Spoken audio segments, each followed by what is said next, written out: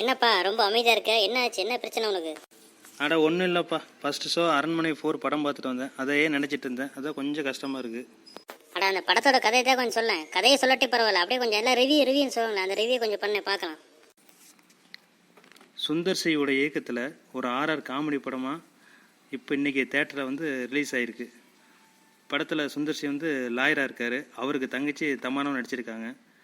அவங்க தங்கச்சி 10 வருஷத்துக்கு முன்னாடி லவ் மேரேஜ் பண்ணுறாங்க.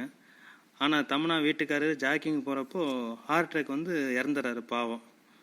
இந்த விஷயத்தை தாங்க முடியாமல் தமனா வந்து தூக்கு போட்டுக்கிறாங்க. இது அவங்க பொண்ணு நேராக பார்க்குறாங்க. பார்த்து கால் தவறி விழுந்து பாவம் அவங்களும் கோமா ஸ்டேஜுக்கு போயிடுறாங்க. அப்புறம் என்னாச்சு? ரொம்ப சுவாரஸ்யமாக இருக்க மாட்டிருக்கே. ஏய், முதல்ல முழுசாக கேளுடா. இந்த விஷயத்தெல்லாம் வந்து சுந்தர்சி வந்து போலீஸ் மூலமாக தெரிஞ்சுக்கிறாரு. ஆனால் அவர் என்ன சொல்கிறாருன்னா, என் தங்கச்சி தற்கொலை பண்ணிக்கிற பொண்ணே கிடையாது, கண்டிப்பாக இதில் ஒரு விஷயம் இருக்குது அப்படின்னு சொல்லி தான் தங்கச்சி ஊருக்கு அவரே கிளம்பி வராரு. கிளம்பி வந்து அந்த தங்கச்சிக்கு என்ன நடந்தது அப்படின்னு கண்டுபிடிக்கிறாரு. இதுதான் இந்த படத்தோட கதை.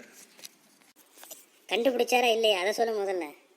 இங்கே பாரு, நான் முழுசாக சொல்லிட்டா நீ தேட்டரில் போய் படம் பார்க்க மாட்டேன். நீ கண்டிப்பாக தேட்டரில் பார்க்கலாம்.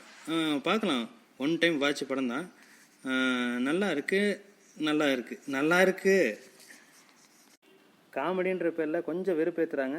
ஏதோ ஒரு சில விஷயங்களை நம்மளை சிரிக்க தான் வைக்கிது, அதை தவிர்க்க முடியல.